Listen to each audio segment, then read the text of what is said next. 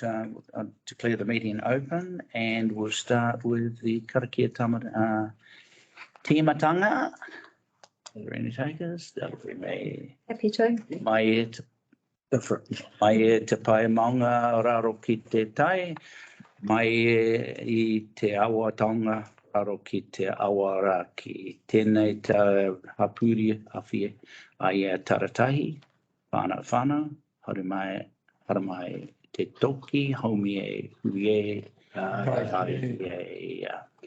Thank you all for being here today, and we'll start with the apologies, and we have one apology from Councillor Lou. And another. And an apology for lateness from Marama Fox. So Councillor Lou Newman has tendered her apologies last minute. She would have been here, I know. And Marama Fox, conflicts of interest declaration. Do you want to move in second? Move in second, yes, of course. Move Councillor Cherry-Campbell and seconded Deputy Mayor.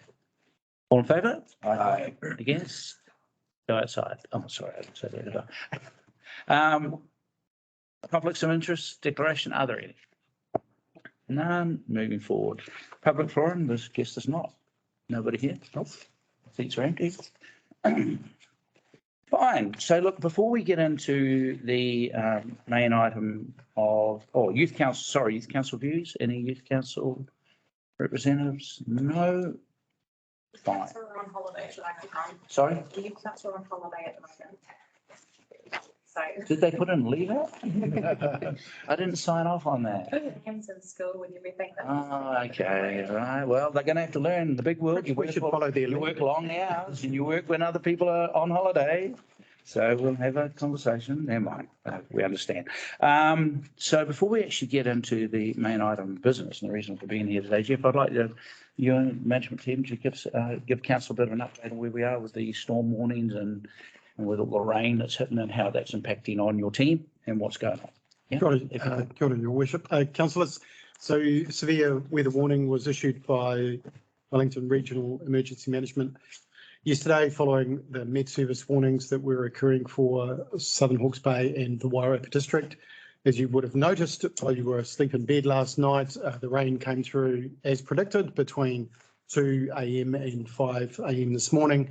We had slips yesterday in Waihini Gorge Road, and we had further slip on the same spot in Waihini Gorge Road overnight this morning.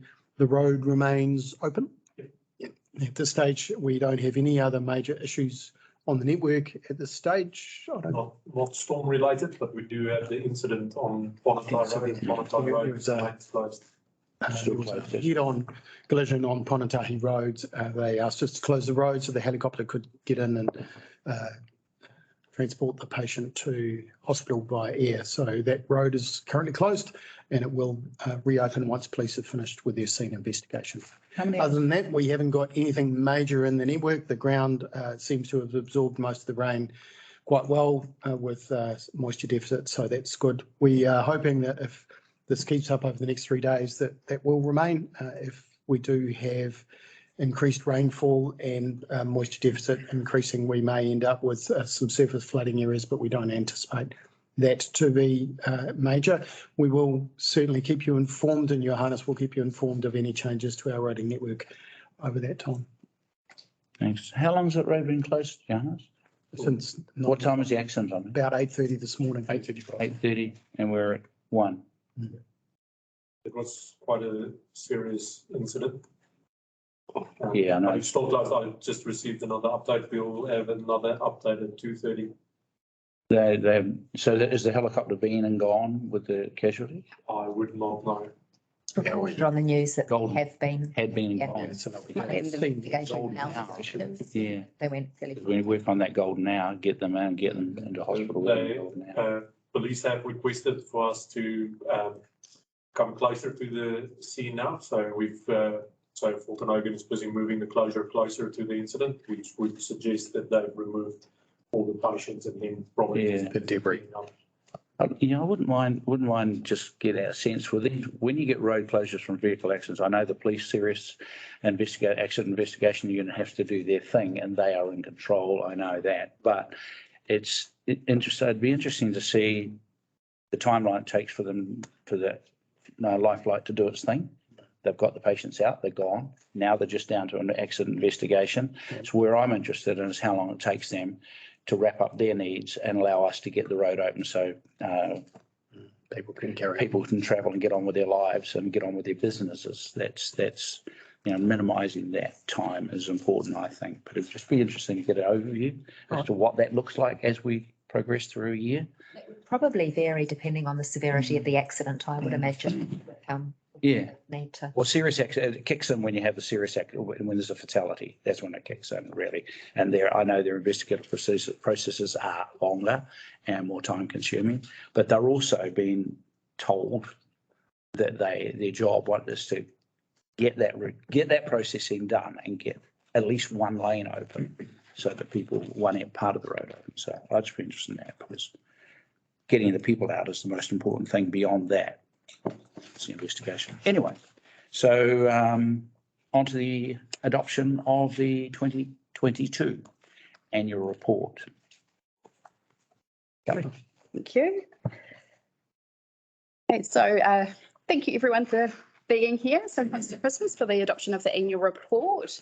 As communicated to council and noted in the cover report of the agenda, this timing is later than it would have been. So usually the council would have adopted before the end of October, but the statutory deadline this year has been extended again, and we are still able to adopt within the amended statutory deadline of 31st of December, which is great news. I sent through an updated copy of the annual report this morning, which does include the audit opinion. Jacques, the audit director, sends his apologies. He has tested positive for COVID, unfortunately. It's not feeling great, but he has sent the opinion. So it is a clean audit opinion. It includes an emphasis of meta paragraph, just highlighting the three orders reform and the uncertainties around that. So that's a standard paragraph in all local authority audit opinions this year. Just a couple of things I wanted to note in the annual report. Our results for the year were good. So sorry, I'll step back one step. A draft has already been to the audit and risk meeting in August. So this is the latest version, contains audit adjustments and a couple of bits that weren't quite ready for that ARC meeting, as well as the feedback that we received from the committee during that meeting. So if I can just direct you to page 49, the statement of financial performance. Just wanted to note the surplus after tax of just over 4 million. That's quite significantly higher than budgeted. I just did want to point out that a lot of that relates to vested assets and financial contributions and capital grants. So those are items where we wouldn't see them going through expenditure. Instead, they'll be capitalised into the balance sheet when we're spending on capital items. So it does make it look like we've got this massive surplus, but that is the main factor. If you reverse those things out, we are very close to budget. I think I will leave it there and happy to take questions. Okay, so around the table, I'd like to go around the table, just take randomly. If you've got questions, please just indicate your name and we'll take it from there. There's a couple of things that I will have while everybody's having a think and deciding who's going to go first. Jeff, I think we've got a typo in your statement. Quite possible, because I did it. Did you? Blame anyone. Technology, eh? Para 2, line 5. If you want to have a look at that sentence in there. Yeah. And the only question I've got in that statement is that we're talking about water tanks almost nearing completion. Is that a bit of confusion with this fiscal year? Because in that fiscal year, you just got consent and you were contracting out and it was underway, but it hadn't gone anywhere really. Yeah, that were started. Yeah, that started, but now you're nearing completion is actually this fiscal year. Do you want to change that? attack, tweak it? Yes, I could just tweak that a little bit. So we just talk about the water storage tanks Yeah, and just also nearing completion. I could delete those 3 words yeah. and just leave it at- Underway. Yeah. Underway is probably fine. It's, Very good. yeah, okay. That's, just 2 comments on that, but yeah, so asking around the table. 3 things I'd like to say. Steve, yes, councillor Lawrence? Firstly, and most importantly, you spelled my name wrong again. No. Secondly, I'm quite happy to accept the report.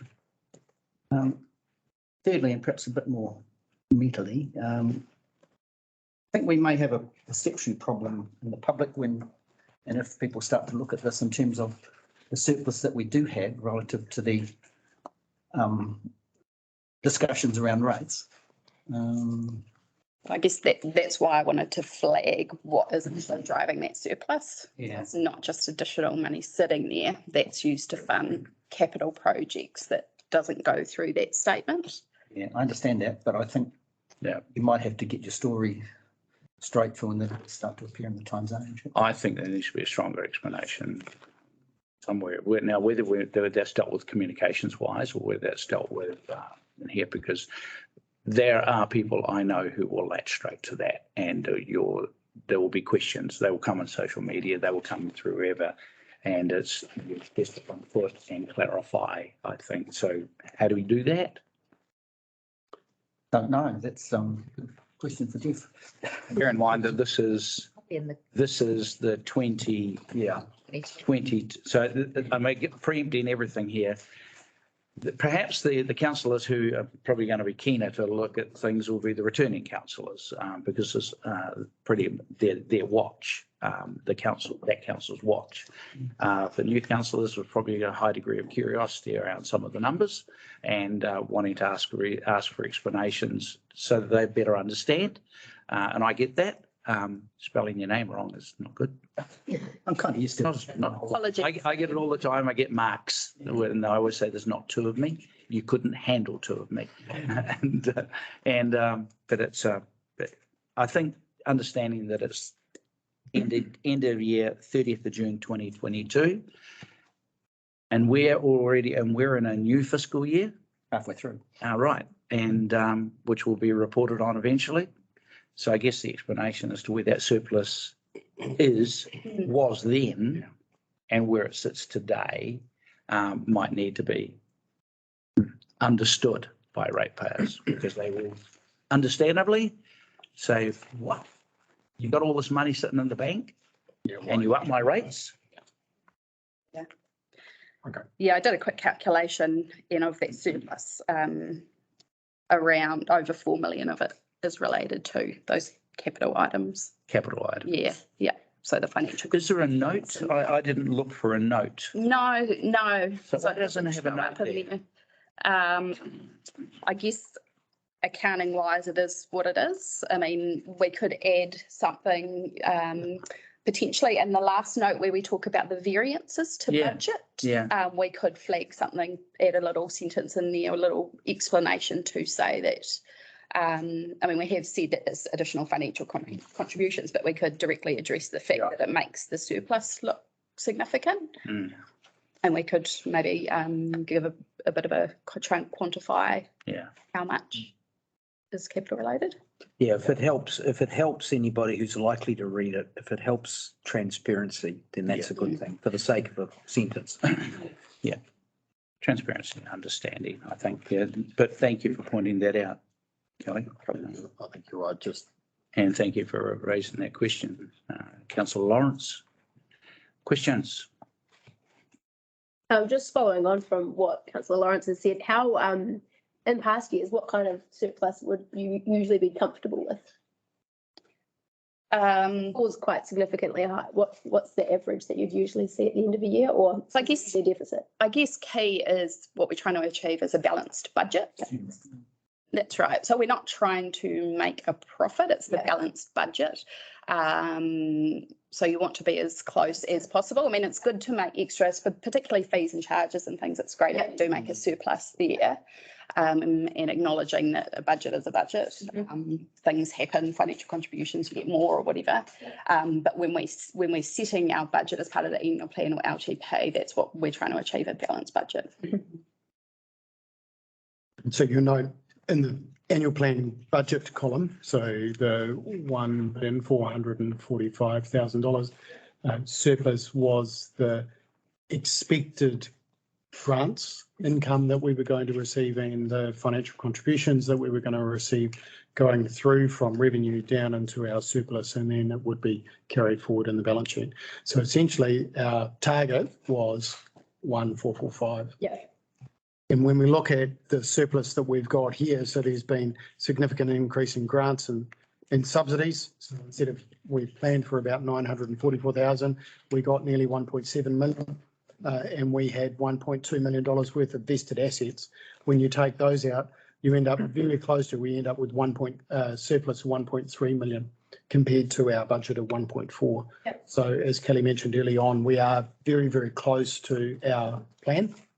It's just that some of these areas have come through that we hadn't planned for. We don't plan for vested assets, but when they do come through, they do show up as a surplus. Mhm. So we are very, very close to our plan, which is the takeaway. And I think it's a good comment that we'll just make sure that's clear in our notes. Yeah. Or our commentary that certainly goes public with us. Any other question? Any question?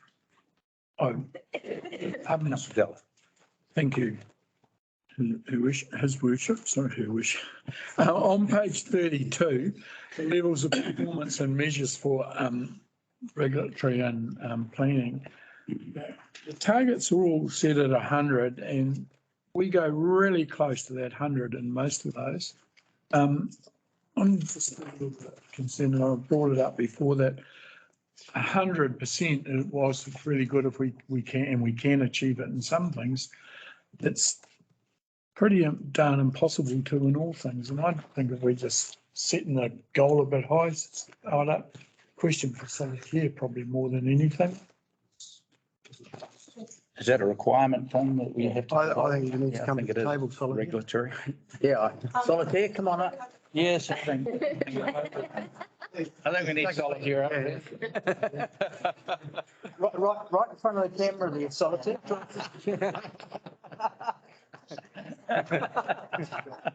Turn up the heating. It's a cop out. You bit cold, Sol. Don't you find it hot in here? Welcome to the table. Yeah. Thank you, Your Worship. It's just a sign of the times, signs things to come. Absolutely. Thank you, Councillor Della. It's my expectation that I want my teams to be trying to achieve that 100%. It is a requirement. Resource consent should be processed within, your working days. Building consent should be processed within your working days. So I wouldn't want to see that level go down, because why shouldn't we try to achieve excellence in that department? And I think the thing is, we say we want to achieve 100, but as long as we can say we've achieved 90% or 98% or whatever, and there's the acceptable reasons for it. But you'll note in the report, I think it talks about the building team has actually only really operated at 80% all year. So the fact that they're actually doing quite well. And as we said, we notified IANZ of that early in the year, and we would send them monthly report showing that our processing was going, our levels were going up, and we got a great audit report from them. So I think now that we've got the full team there, I see no reason short of illness why we shouldn't be achieving 100% on our targets. In a regulatory environment, you always do have to say that at times there is a human error factor. When you get under the pump, the odd thing can get missed, or if you've only got one person that can do that particular job and they go off sick and they're ill, I wouldn't be expecting any of my staff to work if they're incredibly unwell for the sake of 100% versus 98%. So yeah, I don't think it's unrealistic. It's a good goal to work for, and I know that the team is really proud when they can get to that 100%. We get very excited when we do our monthly checks, and yeah, they really want to work towards it. Thank you for answering it. Thank you for coming to the table. Yeah. Thanks, everyone. So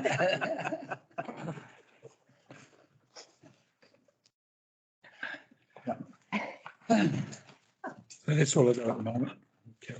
And everybody's wondering. No questions. Why do I get my pages marked up?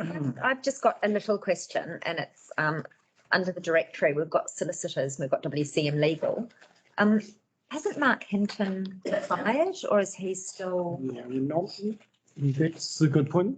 Do we use, Yeah, it's probably a carryover. Yeah, We use the firm still. Yeah, We can change. I just wondered whether, I mean, I don't know if it makes any difference, but yeah. yeah, we use a range. So Hazelton, we use for property law and regulatory, Simpson Gress, and I'm using Hazelton for construction. Yeah, we use a range of lawyers that are specialists in that field, but as a general counsel work and your report, we use local. Yeah, it's just more that Mark's retired. As the contact person probably ought to be named on the annual report. Other councillors, any other questions? I have one from page 14. Really? Levels of service and performance measures. From reading through all of this, it looks like for the most part, we're really hitting those high percentages, which is awesome, except a big standout to me was the representation of residents by elected members, resident satisfaction with the council's overall governance and reputation. It's significantly lower compared to all the other numbers that we're seeing. Do you feel that that's a marketing issue, or why would you see that as so significantly lower than the rest of the things that's showing that we actually are hitting a lot of marks? But in terms of what people think, we're not hitting that mark at all. And I mean, that was clear through the campaign period. And it doesn't seem to add up when you look at some of these numbers. There's a lot to be really proud of, but that is less so. So I'm just wondering, was there more information given in that survey for the reason behind it? So the resident survey is done earlier in the year. Yeah. And we published the resident survey in about August this year, shortly after it was completed. And it is often timed with the first rates bill. So we often get quite a lot of feedback from the resident survey around the rates rise, and particularly the rates bill that goes out. And also when we change charges for things like dog fees, we get quite a lot of feedback on that. I think what you're finding is our targets that we are achieving for our service levels, as you've correctly identified, are really hitting the mark. And there is still this underlying belief that we have quite a high rates burden on our ratepayers, and so that is what's coming through in the resident survey. I think it's worthwhile keeping both measures in place, because the resident survey is really a true test of what people think, rather than our service metric, which we measure ourselves. And of course, when there is a tendency for bias when we measure ourselves that we think we're awesome. But the resident survey does test that really against the market, how we are viewed in the community. And sometimes the community views us as being less than awesome because of the rates. Yeah. I've two supplementaries from that, Jeff. That Merton research was done in April of 22. The rates bills go out quarterly. Yeah, So the survey was undertaken in April. the timing is around when we're indicating what the rates increase in the next annual plan is going to be. Right. That's probably. But I guess the other point is, I'm wondering if that's not a measure, not so much of management or council, that's a measure of us. And not achieved of 42%, and the previous year 48% shows consistently. Well, it's obviously the message there. If it is a question of timing the rates, well, I don't know. We've also got a, So I think, yeah, I think at the same time, if you look at the dates and you look at the periods, it's pretty clear. Yeah. That's a measure. That's a judgment call on council, us the elected representatives. The elected and representatives. we've got a workshop scheduled early next Yeah, year to so we go can have a through conversation. that sort of thing, line by line and in depth, and tease out all, not just reasons behind, but what we need to do So making them a better. to influence it going forward. Maybe that was published, wasn't it? That, yeah, so we can find that online, have a read for ourselves. Yep. But I think that's something that we need to address. Mm. Because if people don't think we're doing our job, that's the reality. Yep. For whatever reason. Councillor Cretney. To comment on, Bishop, on what you've just mentioned, I think what you've mentioned in your report, which the community won't see in here, but it will be passed in there when it is the final draft of it or the final is adopted.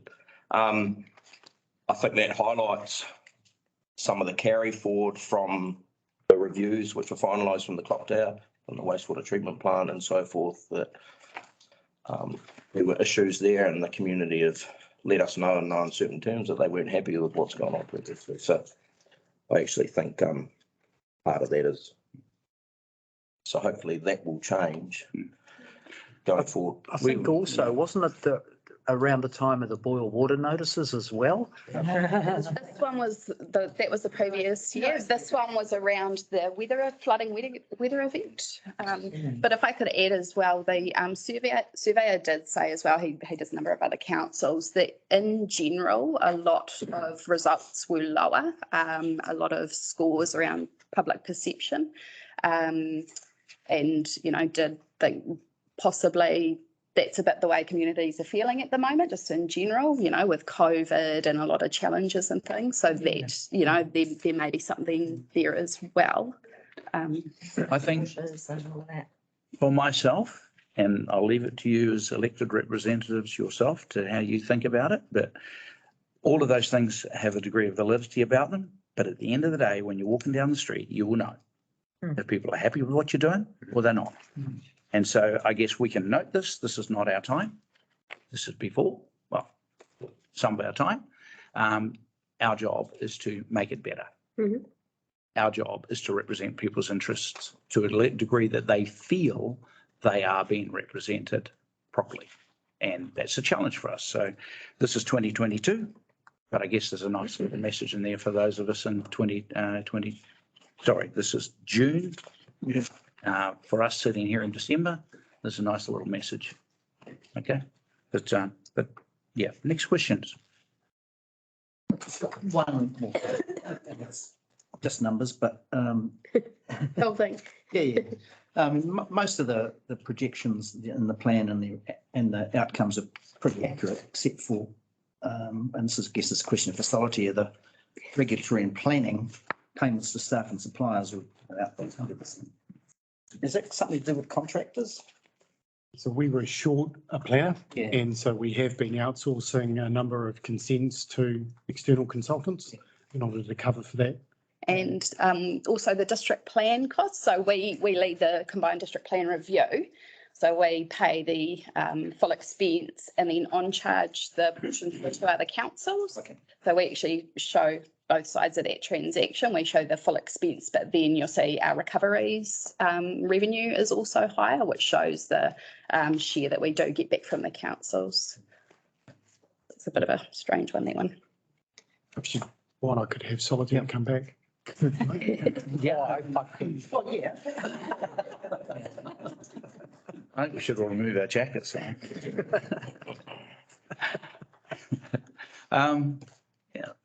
I can see some people thinking they've got any questions. Councillor Cretney.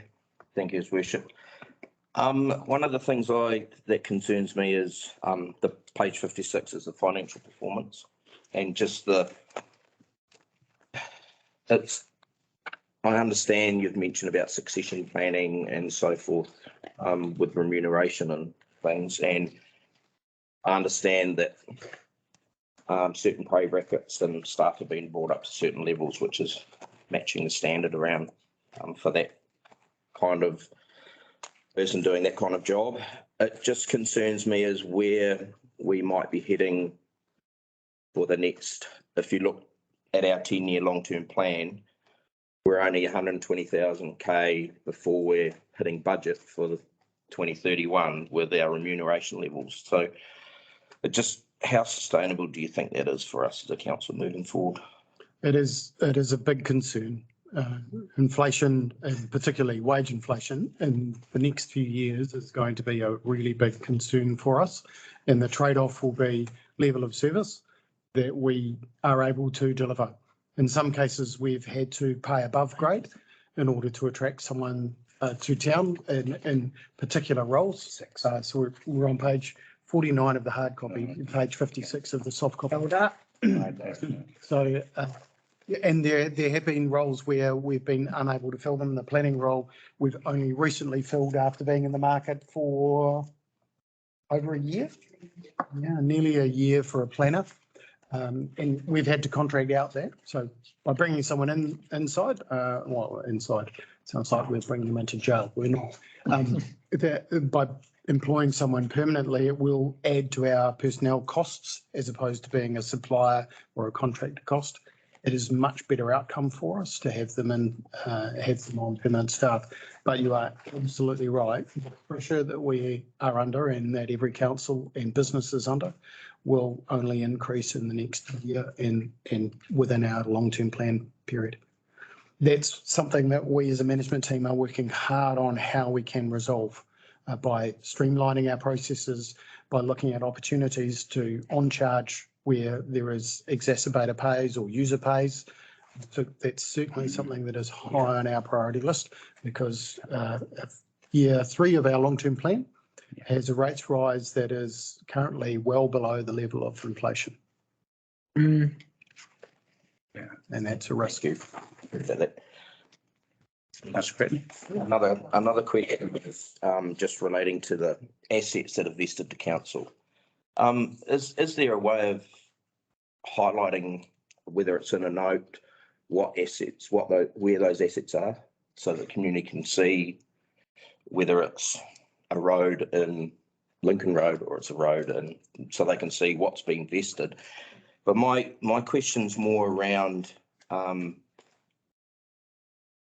as a council, are we certain that through when the developer brings in a plan to council showing what he's wanting to do, are we certain that we've got the people in place who can look at that plan and look at the size of the pipes and so forth and go, you see, that is the right size? Because just my concern is that we get vested a road and it's not fit for purpose, and then we're in the gun from the community that surround that, or as the community grows around that asset, it's not fit for purpose going forward. That's a very, very valid question, and perhaps we could talk. So the answer is split between 2 of the management team. So the regulatory and services team look after the consent, and our infrastructure team will sign off whether or not that vested asset is an asset that we want to hold. There have been some instances where we've been offered vested assets and we've refused them because, in our opinion, they have been less than the quality of asset that we want in that particular location for that job. So yeah, we have rejected vested assets in the past where they don't meet our standards. Okay. But yes, it's certainly something that we are very conscious of. And I'm fairly certain I'll need to check with Kelly as to whether or not we can add it to this report. But I think it's a good suggestion that we can identify what the vested assets are that we've received and perhaps list them. Yeah. Yeah, I think there's 2 main subdivisions. So it's the roads and the pipes and the bridges related to those 2. Costly. Yeah, costly and Eurofin. And generally, elected members will know when assets are getting vested in council, because if the assets are under the road and the road is being vested in council, like the other day, we'll have to adopt the road name. So, you look at anything that's like, I can't use Harbour Lane down Lincoln Road. it's a lane, it's private. And council's never, ever going to ever consider taking over that, purely because there's no benefit to council. We don't want dead end roads. We will only look at taking roads and streets where there is a benefit, where we can provide linkages. And either walking linkages, cycling linkages, or we might want to take some reserves at the Peaks subdivision on Kent Street. We wanted a little bit of a reserve that linked up to the Carrington Park Reserve, because one, we could run a water main through that to get better water pressure, but also two, it provided that walking lane that then went all the way through to Anderson's Line, which then eventually, hopefully, we can get up to Clearville. So, yeah, we don't actually like taking stuff unless we can see a real true benefit for it. Just a question, just a point of order on, so do we have microphones that we can put on or just? I think your phone is very sensitive. It picks people. So they can hear. These are very Solitude sensitive. doesn't have to come to the table each time to. I can hear it on my, when I look at the. I don't like the idea of people watching not actually being able to hear her. They pick up every little bit. Okay, that's good. And just a supplementary, as his worship wants to put it. In that regard, when a asset is asked to be vested into council, is that communicated out to the community? So in regards to the lane that you're talking about, or certain, does that mean that those people who buy on there, they might pay a developmental contribution to the upgrading of that? I'm just thinking about people who buy houses where it's, we turn down vesting it to council, or it's not vested in council, that they are aware. How are they aware that it's not part of council? The development contribution will be paid by the developer before the titles are issued. Yeah. And then if it is going to be a private road, that will be noted on the title. So On the list. property owners will, or on the limb, yeah. Yeah. So the property owners will be aware that they're on a private lane, and that private lane needs to be maintained by all of the residents on that who share that access way. Thank you. Any other? No, just a point of order. Sorry that I was late. I got called into another board meeting. Not sure if it- Your apology for that. That was good. That's fine. So look, actually nice that you're here, Marama. And so I'm going to ask a question that I was holding till your arrival. I don't know if this is just a carryover from previous annual reports, but there's a statement on page 7 of my copy. Paragraph 1, 2, 3 that is actually wrong. It says the mana whenua status of Hurunui-o-Rangi Marae with Carterton District Council has been acknowledged since the inception of the council, 1989. Pretty sure that's not correct. That is not correct. I can say the first real meaningful engagement occurred in 2010 on our inaugural ceremony, where we, for the first time ever, brought Hurunui-o-Rangi into the part of the ceremonies. And then we set up and changed the citizenship ceremonies. And it wasn't long after that council approved a $10,000 grant to Hurunui-o-Rangi Marae in recognition for their support and services too. So I don't know how you want to do, Perhaps we take the first do sentence that. out. I think that even if it said it was acknowledged in 2010, Last bit of it would just be then accurate, because prior to that, there's very little to be found in the council records talking about Māori or Hurunui-o-Rangi. That's just right, unless someone can show me something, and I'll backtrack and apologise. We are talking about the page 14. Page 7 of the hard, 7. Yeah, 14 and 14 and that doc. Because that first sentence, Paragraph 3, higher, Adam, 3. first sentence. The rest of it's fine. Yeah. Yeah, I reckon you can change that, definitely. Yep, that's one. I did have a good read over it and I thought since its inception. No. All right, so moving on. Any other questions from anyone?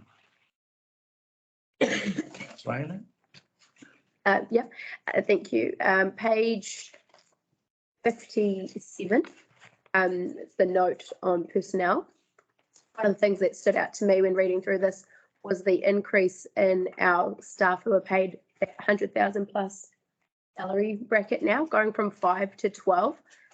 Seems like quite a significant number of staff who have moved into that higher bracket. I'm just wondering when that increase happened, and if it is, and if it is, how many of that secondary bracket, the 80 to 99, are now quite close to moving into that high,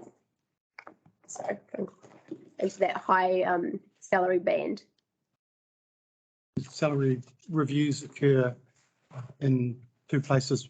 One, when we do an annual review, usually after, so 1st of July each year, we do a salary review. So they would have changed brackets in and around that time. Yep. The other place where where staff move brackets is where they've moved roles. So they've moved from one role to another, and that may also change the bracket. And what is worthwhile is noting the taxpayer union report that came out. It does indicate a number of staff and looks across councils generally with a number of roles that are over $100,000 and over $200,000. And in line with similar councils of our size, we have approximately the same number of people with the salary bands that we have here that are above $100,000. And they tend to be the roles that we are finding quite difficult to recruit for.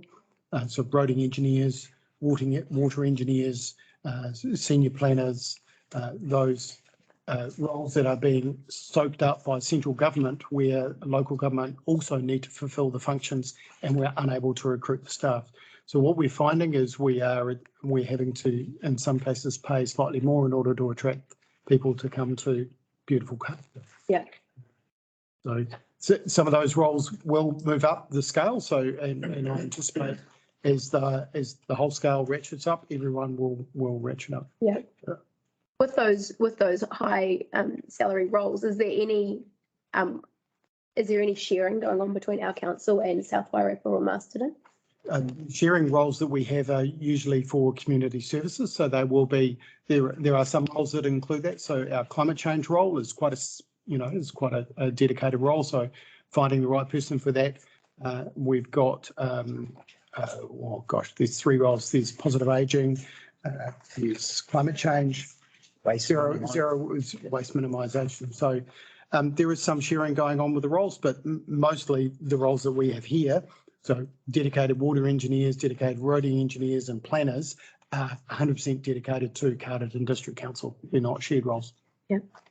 One other thing, the total employees went from 79 to 74. Are those positions that are being advertised for currently, or are we decreasing staff? That's a really good question. So there were some vacancies Yeah, as at there are some 30th of June. So we will be expecting some, we haven't dropped roles, but we are expecting to bring some people in.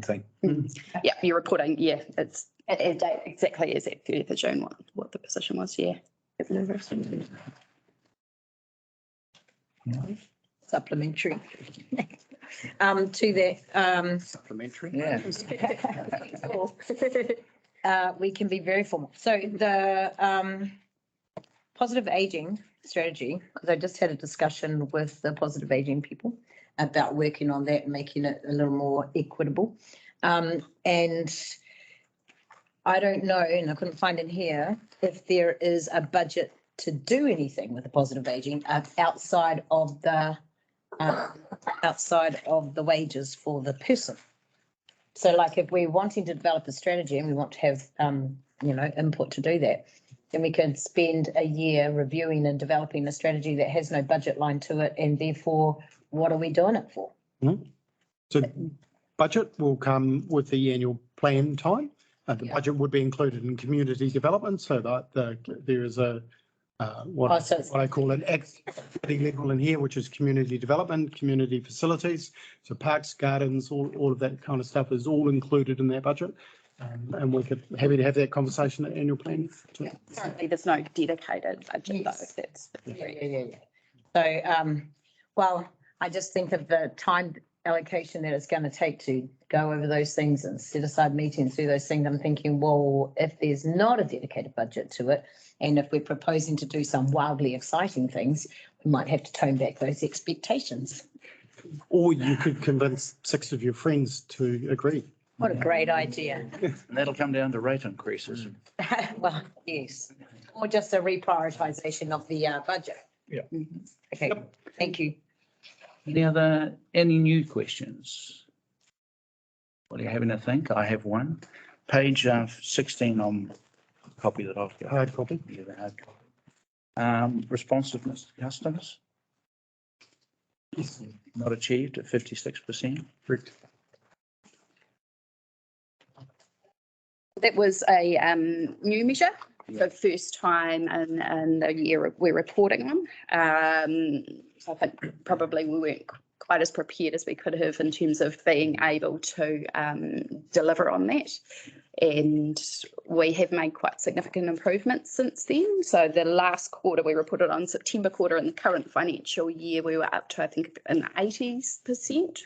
So, but it is something we're continuing to progress and make sure that we do respond to customers. So that one, it's not about resolving every issue within the 24 hours, but it is making sure we let them know that we do. And I know that it's acknowledged within 24 hours. Yes. And I guess the important thing is, and whether it's a health and safety, the matter you categorise and to respond. We do that. Yeah. So it's a bold target. One of the reasons we're interested in this measure is it goes to Councillor Ayling's question before around the community's view of us and our resident survey, which was showing, they're not particularly happy with us, where we can respond to issues and queries and questions that are coming into us quickly and go back to them and say, got the issue, here's a log, we've logged it, someone will be in touch. I think it's just that responsiveness that will improve our community and resident survey results. So hence why one of the metrics that we are interested in looking at and performing better on is this one here, which is how we respond to customers. And that's just getting consistency of our response through the front door every time. So, and it is certainly managed by Kelly's team, by the customer services team, but it is actually, that's just the front door to council, whether it be operations, roading, waters, rates, whatever. So Kelly's team does look after it, but it is a whole of council measure. Yeah. So when you put those two together, the previous measure, Councillor Della was talking about, the view of their elected representatives' performance, and you look at that, the responsiveness of the council to customers, those two indicators are two that we should be very conscious of. Mhm. We should be watching if we wish to remain at the table. Okay, any other questions from you, Councillor Ayling? I'm sorry, just one another one. Page 68. It's talking about the valuation of all our waters at the moment, 85 million. I'm wondering if there is any, I mean, I know Three Waters is all still very much up in the air, but is there any indication of if that estimate would be roughly what would be getting paid? No, you won't get paid that. Might get paid that. So That's where they're ripping us off. yes, so they're taking the 85 and then they're taking the debt. And so after that has all been essentially stolen, taken, yeah, how does this, I mean, that's the most significant figure in this whole report. And so I'm wondering how we then function following that. How we How treat. do we borrow? How do we lend money? How do we? Kelly answered the specifics. We have approximately 14 million worth of debt associated with those assets. So we will be paid that $14 million worth of debt. So that will zero out. The asset we will not be paid $85 million for. That will be removed from our books and will probably come out of our equity. So we'll have the asset reduce and our equity reduce accordingly, with the net being the debt we expect to be repaid in cash. So that will also net out. How do we continue. We do have the ability to rate, so that ability will mean we continue to be a going concern as a business. That we will also need to reset some of our charges. So some of the charges that we target in rates include 225 cubic metres worth of water. So that will need to be separated out and transferred over. Beyond that, there is some technical accounting issues which we are still working through with the DIA. I don't know if you want to add any further. Yeah. And that I think, do I get it right? You're asking if we lose that off our balance sheet and our equity drops, What are we going to be leveraging again? how do we leverage? Where does our leveraging power go? Like if I lost my house, I wouldn't be able to go to the bank and ask for more money. So I'm saying if this is something that we have that is so significant on our books, I'm just wondering how we. How's that impact I on will- our financial strength We still going? have about 220 million on our balance sheet for our assets. So the 85 million, that's the replacement value. Our actual book value is about $40 million, the carrying amount. So we will still have quite a large balance sheet, equity balance, given we'll be losing most of our debt along with the assets. But We'll still have equity balance of about $250 million. And we'll still have the ability, well, we obviously rate, so we will still collect rates on the remainder of it. But we won't be rating for water. We might be rating for water, we'll be rating for other, Decrease in rates, would it not? and we will also have a corresponding decrease in debt. So our debt will move from about $20 million total debt at the moment to about 6 following that. So we'll have 6 million debt, $250 million worth of asset. And that's really the nub of it, Councillor Ayling, that all councils are scrambling with. Yeah. You get together at rural and provincial and because everybody's expecting the rules to change next year once the election hits its real straps. Yeah. And staff are trying to work out what the information is to put in front of us so we can make those decisions based around. We're going to need some that. modelling, some scenario stuff, because I mean, it's fine to say that we are still a viable business because we can increase rates. But that is It's going to have a problem. that has its own limitations, Yeah. which will challenge your viability. Yeah. If you get a ratepayers, if we have expectation that we can offset that loss in revenue by raising rates by 25%.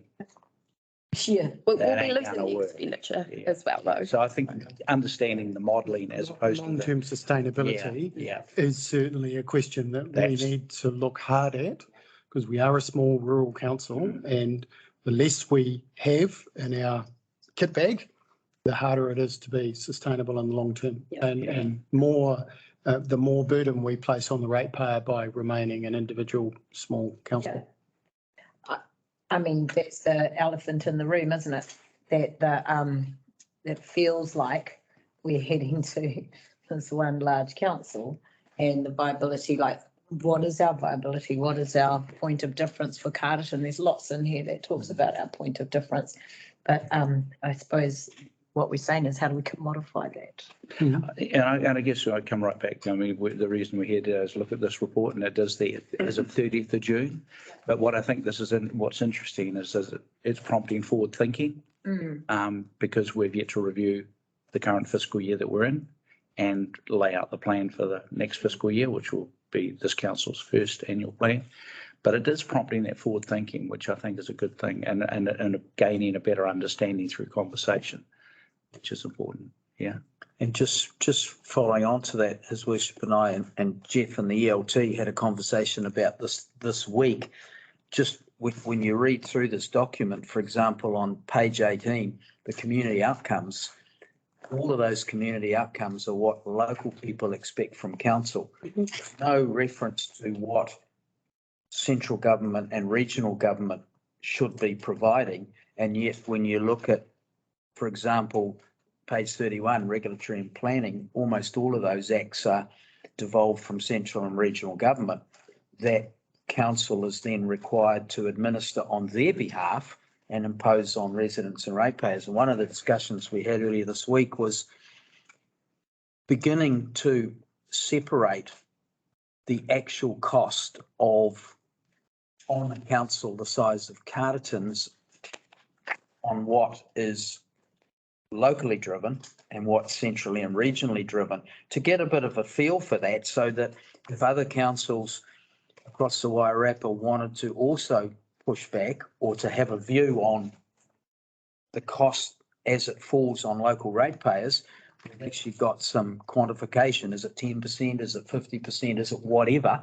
For us then to have a conversation back to, in election year, to our MPs and perspective around the risk of viability that's imposed, not self-imposed. So my question to myself was always, so what? And I look at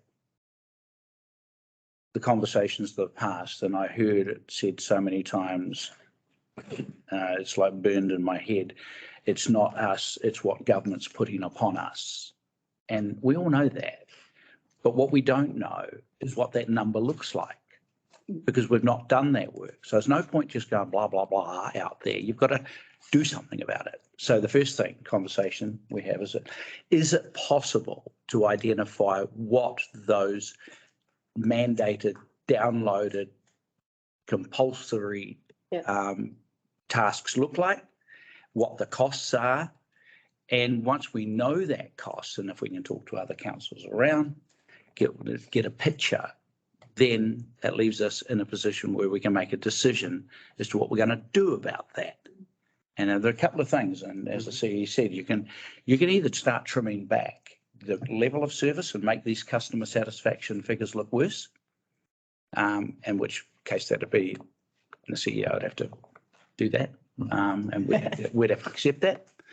Or you can come up with other ways of addressing it. And I do have a way, but I'll keep that for now.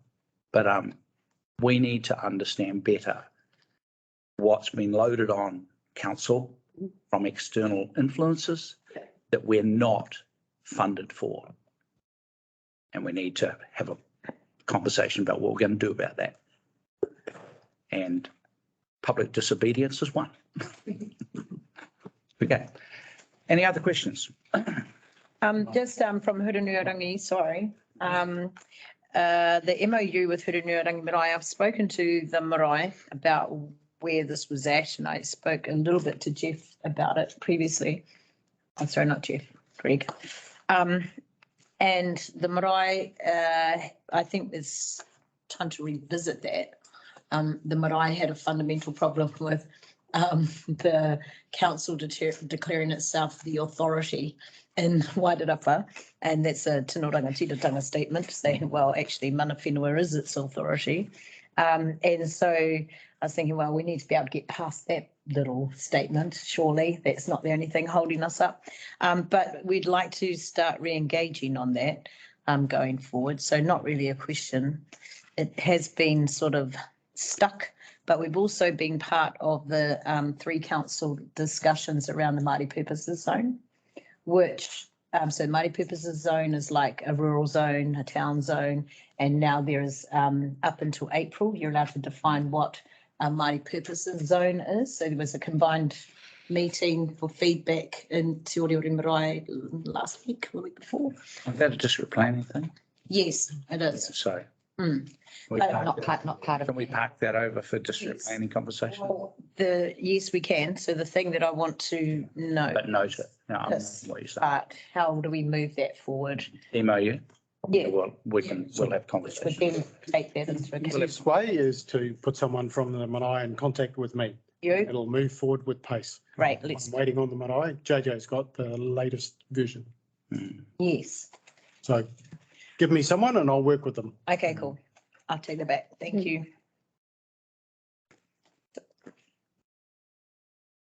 Any other questions? No? There be none.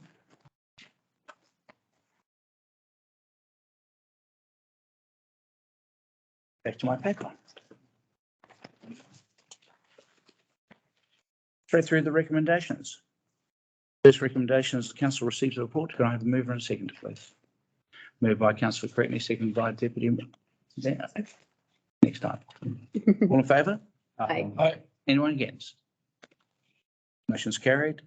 Motion, recommendation that we adopt the council district and council, Carterton District Council annual report for the year ended 30th of June 2022. Moved by councillor Ayling, seconded by councillor Cherry-Campbell. All in favour? Aye. Carried. Delegates the mayor and the chief executive the authority to approve any final editorial changes. And there's just a couple that we've discussed already. Moved by councillor Campbell, seconded by councillor Laurence. Absolutely. All in favour? Aye. Motion's carried. Notes that the annual report and summary annual report must be published within 1 month of this adoption.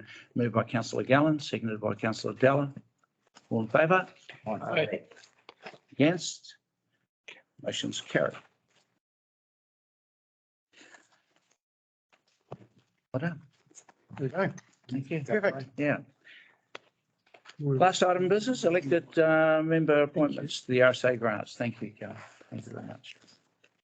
And look, I just before we move to the next item of business, just wrap. Thank you for that. I know that this is previous council's report.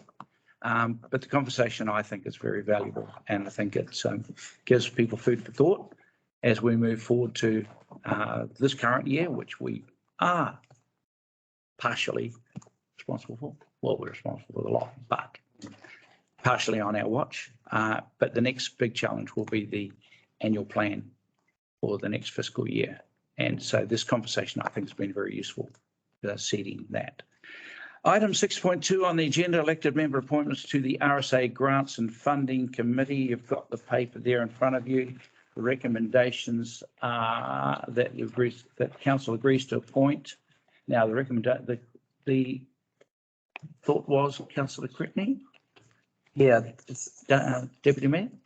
thank you, Your Worship. Yeah, we admitted this appointment group of our first meeting appointments, and yeah, it's a once a year meeting, and it's a pretty low budget, but it's important, particularly for the RSA whānau. I was involved last time and very happy to carry that on, and councillor Cretney is keen to fill the other spot. So if everybody's happy with that, that would be a recommendation to go forward. So we agree to appoint the Deputy Mayor, Dale Williams, as the representative with councillor Cretney as the alternate.